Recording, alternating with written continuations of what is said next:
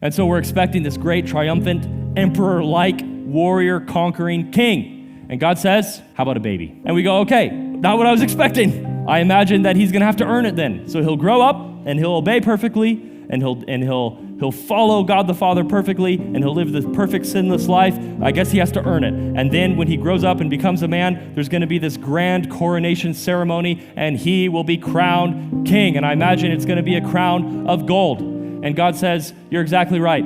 There will be a coronation, but it's not going to be a crown of gold. It's going to be a crown of thorns, and they're going to shove it into his head. Okay? Not what I was expecting. Well, could he at least get a throne? Could we get him some height? Could we put him up on a pedestal so that people could see him and he can make a speech as king? Could we raise him up? Could we lift him up? And God says, yes, he will be lifted up. They're going to take nails and they're going to put him through both of his hands and through his feet, and they're going to nail him to a cross, and they're going to raise that cross up, and he will be seen, and he will make a speech. And this is what he will say: my God, why have you forsaken me?